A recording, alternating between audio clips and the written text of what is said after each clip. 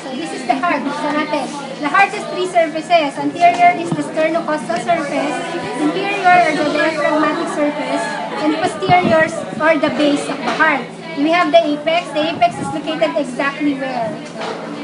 The left fifth intercostal space or mid-clavicular line or 9 to 10 centimeters from the midline. Mid-clavicular line, 5th leaks, left intercostal space.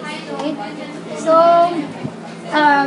the most anterior portion of the heart is the right ventricle and the most posterior is the left atrium. So, sa left atrium, hindi nyo makikita sa x-ray. Okay, sumagot ng Makita nyo lang yung waistline. Pero hindi siya makita. Okay, so, this is the right atrium sa under the auricle, hindi smooth, and then the rest smooth na. Okay, so it receives blood from two large vessels, the superior vena cava. It has no valve. The inferior vena cava has a valve, rudimentary valve called the Eustachian valve. Okay, anterior to the opening of the inferior vena cava is the opening of the right atrium into the right ventricle. Tignan nyo, anterior, diba? So anterior siya, it's guarded by what valve? The custic valve, and according to location, the cusps are the septal, anterior, posterior. The cusps are connected to the chorda tendineae, and the chorda tendineae in turn are connected to the apices of the papillary muscles, and the base of the papillary muscles are connected to the wall, the ventricles. So, septal, posterior, anterior. And there is your modulator band. The significance of modulator band is? Passing through it is the right bundle branch. Right bundle branch muna bago yung Purkinje. Kasi papillary level pa lang yan. Ang Purkinje mo dapat nasa walls ng heart yung pinapakontract niya. Imagine it as a tree. Yung pag ganun, 2 leaves na yung Purkinje, parang ganun, smaller branches.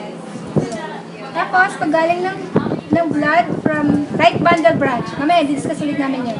Tapos, pag galing niya, pupunta siya sa pulmonary artery. The pulmonary artery has semilunar valves based on location. Anong wala sa kanya? Wala siyang posterior. Anterior siya. Pag P, walang P. Pag A, walang A. Tandaan nyo yun. So, posterior, anterior siya. Tapos, right and left semilunar valves. So, here, at the left side, the counterpart of the tricuspid valve is the mitral valve. Mitral valve here, so meron siyang anterior and posterior lang. Here is the papillary muscles connected to the chorda tendineae connected to the cusp. Here is the posterior papillary muscle. Here is the anterior papillary muscle. Tapos importante again, si aorta, meron siyang mga aortic valves. So again, wala siyang anterior. Meron siya posterior, right and left semilunar valves. Now let's proceed to the blood supply of the heart. The atrial supply comes from the ascending aorta. The ascending aorta is the aortic sinuses, the right aortic sinus, and the left aortic sinus. The right aortic sinus gives off the right coronary artery, and the left gives off the left coronary artery. The right coronary artery has 5 major branches. The sinoatrial branch, which supplies the sinoatrial node, and then internally the atrioventricular node. Atrioventricular branch which supplies the AV node.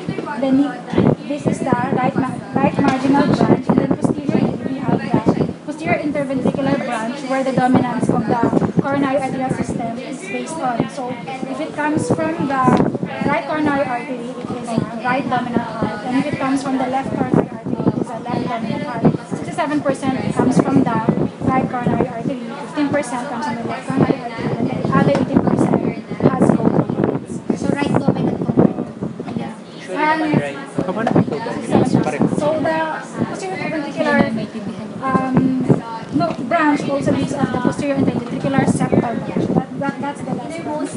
And supplies the posterior 1/3 of the interventricular septum, and the other 2/3, the anterior 2/3 is supplied by the atrioventricular branch.